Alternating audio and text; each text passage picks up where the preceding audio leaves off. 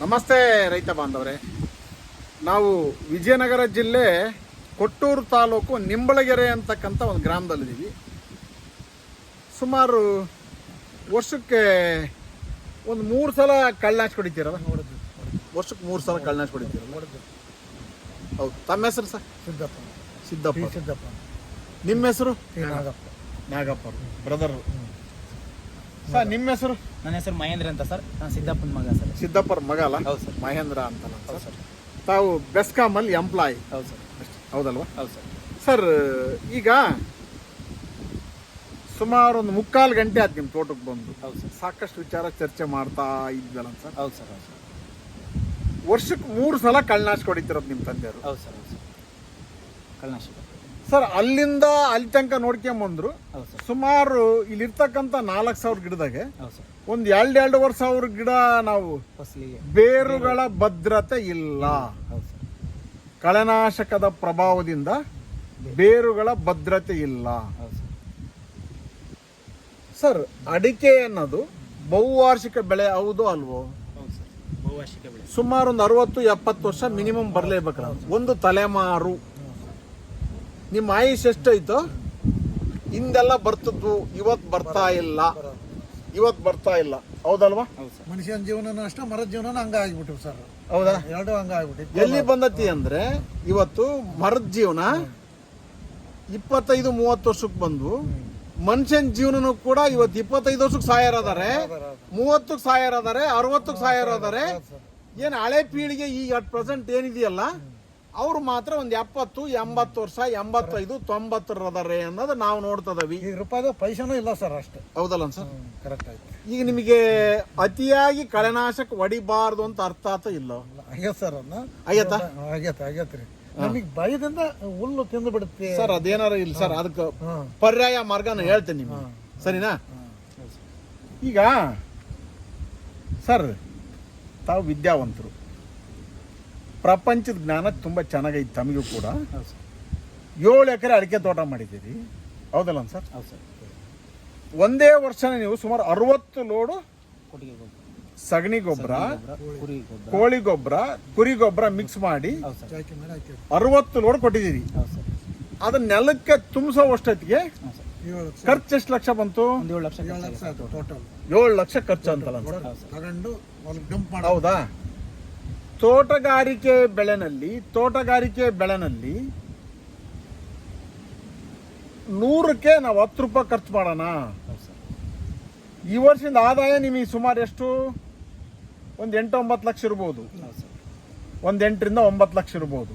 ಹೌದು ತಾನೆ? 8-9 ಲಕ್ಷದ ಆದಾಯದಲ್ಲಿ 7 ಲಕ್ಷ ಖರ್ಚು ಮಾಡೋ ಅವಶ್ಯಕತೆ ಇದೆಯಾ? ಲಾಸ್ ಆಕತ್ತೆ. ಸರ್, ವ್ಯವಸಾಯದ ಖರ್ಚುಗಳನ್ನ ಇಂಬ್ಯಾಲೆನ್ಸ್ ಮಾಡ್ಕೊಂಡು ತೋಟಗಾರಿಕೆ ಮಾಡೋದ್ರಾಗ ಅರ್ಥ ಅಲ್ಲ. ನಮ್ಮ ಪ್ರಕಾರ ಇಲ್ಲಿ ನೀವು ಕೊಟ್ಟಿರ್ತಕ್ಕಂಥ ಎಲ್ಲ ಗೊಬ್ಬರನೂ ಕೂಡ ಒಂದು 50% ಬಳಕೆ ಆಗಿರ್ಬೋದು ಅಷ್ಟೇ. ಇನ್ನು 50% ಮಣ್ಣಲ್ಲಿ ಮಿನರಲ್ ಆಗಿರ್ತದೆ. ಅದು ಖನಿಜ ಹಂತದಲ್ಲಿರುತ್ತೆ. ಖನಿಜೀಕರಣ, ಹೌದಾ? ಖನಿಜೀಕರಣಗೊಳ್ಳುತ್ತೆ ಅಂತಾರಲ್ಲ, ಮಿನರಲೈಸ್ ಆಗುತ್ತೆ ಅಂತೀವಿ. ಮಿನರಲೈಸ್ ಅಂತೀವಿ. ಮಿನರಲೈಸ್ ಮಣ್ಣಲ್ಲಿ ಇರುತ್ತೆ. ಒಂದಿಷ್ಟು ಸೂಕ್ಷ್ಮಾಣು ಜೀವಿಗಳ ಚಟುವಟಿಕೆ ಮಣ್ಣಲ್ಲಿ ಚೆನ್ನಾಗಾದಾಗ ಅದು ಚೆನ್ನಾಗಾಗುತ್ತೆ. ದಯಮಾಡಿ ಕಳ್ಳನಾಶಕನ ನಿಲ್ಸೋದು ಒಳ್ಳೆಯದು, ಉತ್ತಮ. ಒಂದು ಸ್ವಲ್ಪ ಈ ಕಡೆಯಿಂದ ಜಸ್ಟ್ ಹಿಂಗೆ ತೋರಿಸಿರಲ್ಲ, ಜಸ್ಟ್ ಹಂಗೆ ಕೆಳ ತೋರಿಸಿರಿ ಸರ್. ಸುಮಾರು ಇಲ್ಲಿ ನೋಡ್ತಕ್ಕಂಥ ಒಂದು 2,000-2,500 ಗಿಡನೂ ಕೂಡ ಸ್ವಲ್ಪ ಮುಂದೆ ನೋಡಿ ಸರ್, ಕೆಳ ನೋಡಿ ಸರ್. ಹೌದಾ? ಕೆಳಗೆ ತೋರಿಸ್ಕೊಂಡು ಮುಂದೆ ತೋರಿಸಿ. ರೋಟೇಟ್ ಮಾಡಿ ಸರ್. ರೋಟೇಟ್ ಮಾಡಿ ಸರ್. ಕೆಳಗಡೆ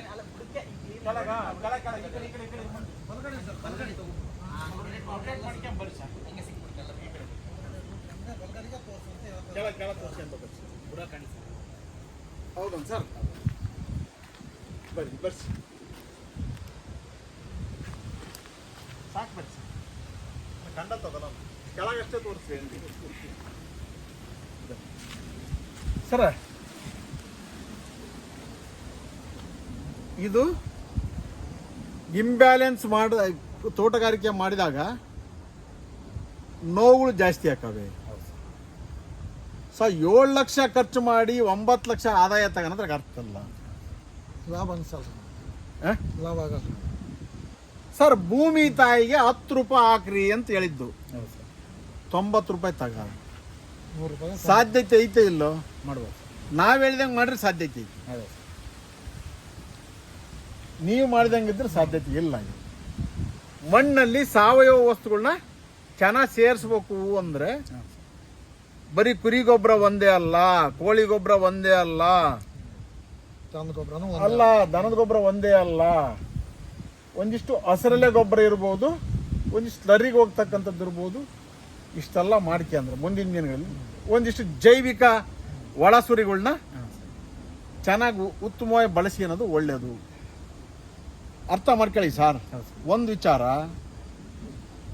ಮುಂದಿನ ದಿನಗಳಲ್ಲಿ ಈ ಜಾಗದಿಂದ ನಾವು ಮೋರ್ ದ್ಯಾನ್ 80% ಅಂದರೆ ಕನಿಷ್ಠ ಒಂದು 3,000 ಫಸಲಿಗೆ ಐತಿ ಅಂದರೆ ಹೌದು ಸರ್.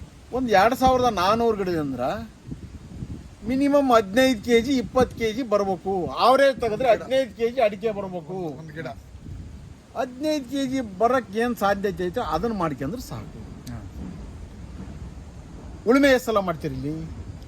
ಎಲ್ಲ ರೂಟ್ರ್ ಒಂದು ಬಿಟ್ಟರೆ ಒಂದು 2 ಟೈಮ್ ಇಲ್ಲ 3 ಟೈಮ್ ರೂಟ್ರ್ ಸರ್ ಅಷ್ಟೇ. 3 ಟೈಮ್ 3 ಟೈಮ್ ರೂಟ್ರ್ ಹೊಡೆದು ಅಷ್ಟೇ ಸರ್. ಹೌದಾ? 2ರಿಂದ 3 ರೋಟಾವೇಟರ್ ಹೊಡಿತೀವಿ ಅಷ್ಟೇ ಅಷ್ಟೇ ಸರ್. ರೋಟಾವೇಟರ್ ಬಿಟ್ಟರೆ ಏನಿಲ್ಲ ಸರ್. ಸ್ವಲ್ಪ ಸೆಂಟ್ರಲ್ಲಿ ಇದನ್ನ ಯಾವ್ದು ಇದು ನೋಡಿಸಿರಲ್ಲ ಇಲ್ಲ ಸರ್, ಮೊನ್ನೆ ಉಳುಮೆ ಮಾಡಕ್ಕಾರ ಗೊಬ್ಬರ ಹಾಕಕ್ಕಾರ ಅಷ್ಟೇ. ಬಲರಾಮ್ ಅಲ್ಲಲ್ಲ ಕರೆಕ್ಟ್. ಹೌದು ಸರ್. ಬೇರ್ ಮ್ಯಾಲ್ ಬಂದಿಲ್ಲ, ಬಂದು ಸರ್. ಬಂದ ಸರ್ ಬಂದ ಸರ್. ಚೆನ್ನಾಗ್ ಬಂದ್ವಲ್ಲ. ಹೌದು ಸರ್, ಬಂದ ಸರ್. ಏನಾಗಲ್ಲ ಅಂತ ಮತ್ತೆ ಅಂದ್ರೆ ಮತ್ತೆ ದೇವರ ಮೇಲೆ ಬರೋಕೆ ಈ ವಾರಗಳ ಪ್ರಾಬ್ಲಮ್ನಿಗೆ ಮಾಡಿಸ್ಬಿಟ್ಟೆ ಅವನ ಕೆಲಸ. ಸರ್ ಅದು ಏನಾರ ಇರ್ಲಿ ಸರ್, ಗೊತ್ತಾ?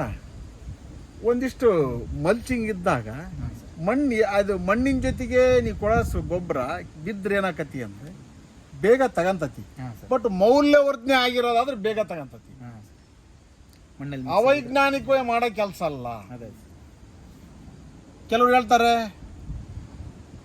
ಬೇರ್ಗಿನ ಬೇರ್ ಕಟ್ಟಾದಷ್ಟು ಅದ್ರ ಬರೀ ಕಟ್ಟಾದಷ್ಟು ಭಾರಿ ಒಳ್ಳೆಯದು ಅಂತ.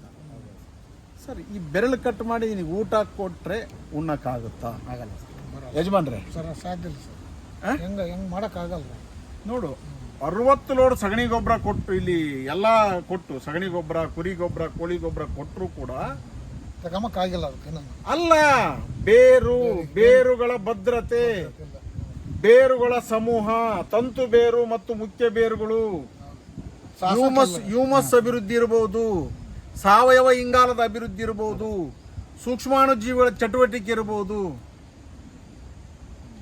ಇದು ಬದಲಾವಣೆ ಆಗ್ತಾ ಹೋದಂಗೆ ಮಣ್ಣು ಸುಸ್ಥಿರ ಆಗಿ ನಿರಂತರವಾಗಿ ಆದಾಯ ಬರ್ತಕ್ಕಂಥ ಮೆಥಡ್ನ ಅನುಸರಿಸ್ರಿ ಅನ್ನೋದು ನಮ್ಮ ವಿಚಾರ.